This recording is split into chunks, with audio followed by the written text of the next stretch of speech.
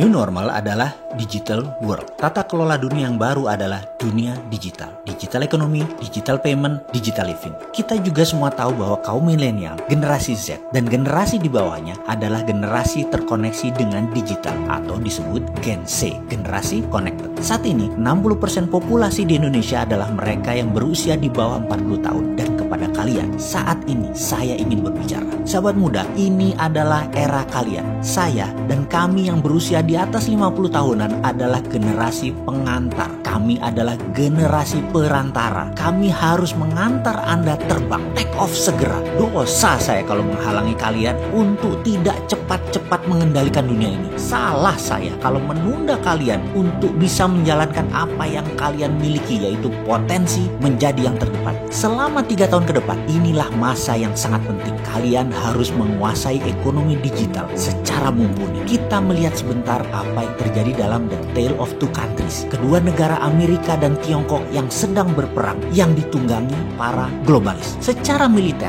Amerika masih mendominasi. Namun secara teknologi, Cina sudah menyamai. Secara perdagangan, Cina sudah menguasai dunia. Secara logistik dan distribusi, Cina yang menang. Uang, Wall Street, Cina punya sendiri, dan saya sudah puluhan kali mengatakan bahwa Hudsonian New Economic Model yang Cina punya sudah memenangkan peredaran uang. Sosmed, informasi, apakah Amerika pemenangnya? Mungkin di dunia iya, tapi di dalam Tiongkok, Amerika tidak bisa sentuh sama sekali. Perhatikan daftar berikut ini. Baidu itu Google-nya Cina. Alibaba itu Amazon-nya Cina. Didi Sucing itu Uber-nya Cina. Weibo itu Twitter-nya Cina. Renren itu Facebook-nya Cina. WeChat itu WA-nya Cina. Youku itu YouTube-nya Cina. QQ adalah Gmail-nya Cina. Sahabat muda, melihat hal ini ke depan, mari kita bangun platform digital itu semua, dan kali ini kita meminta pemerintah ikut turun tangan. Tiru apa yang Tiongkok lakukan untuk negaranya. Setelah kita membangun ratusan platform tadi, maka pemerintah dengan gagah berani harus berani melakukan apa yang sebuah negara revolusioner berani lakukan, seperti Tiongkok, blok yang asing-asing itu. Uber tidak boleh masuk Cina sampai Didi Sucing menguasai 80% pasar Cina. Alibaba menguasai 80% market, baru Amazon boleh masuk. WeChat menguasai 90%, baru WA boleh masuk. Weibo menguasai 80%, baru Twitter boleh masuk. Itu nasionalis namanya. Pejabat kalau berani kayak begini, itu baru namanya patriotis. Dan kalian sahabat muda harus bisa membangun platform itu semua, sehingga ketika pemerintah melakukan tindakan proteksi tadi, kalian sudah siap. Sekali lagi saya ingatkan, 3 tahun ke depan adalah masa yang sangat cepat, dan kita semua tahu dalam 3-6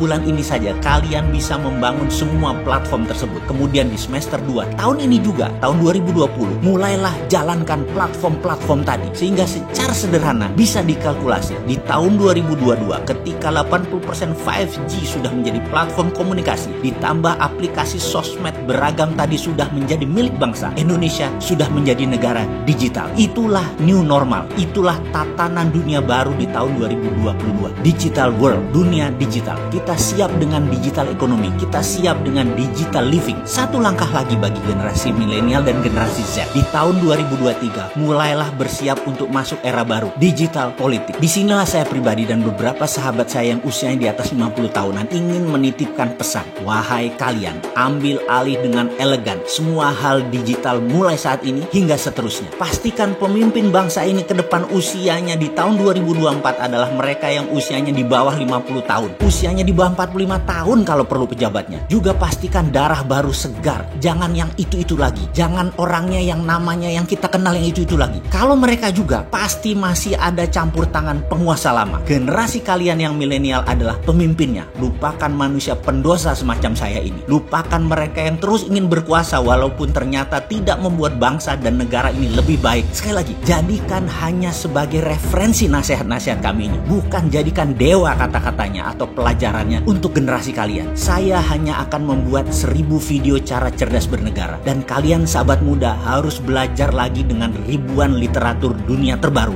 buatlah desain baru negeri ini. Jangan pakai otak kami yang sudah tidak terbukti dan tidak membuat orang semua sejahtera. Saya yakin semua senior pasti legowo melihat apa yang kalian lakukan selama 3 tahun ke depan. Kalian memantaskan diri kalian untuk memimpin bangsa ini secara konstitusional. Dalam 3 tahun ke depan, jika kalian tidak mengambil peluang ini semua, juga tidak berkarya apa-apa, maka saya di tahun 2023 pasti akan menghardik kalian. Kemana aja lu?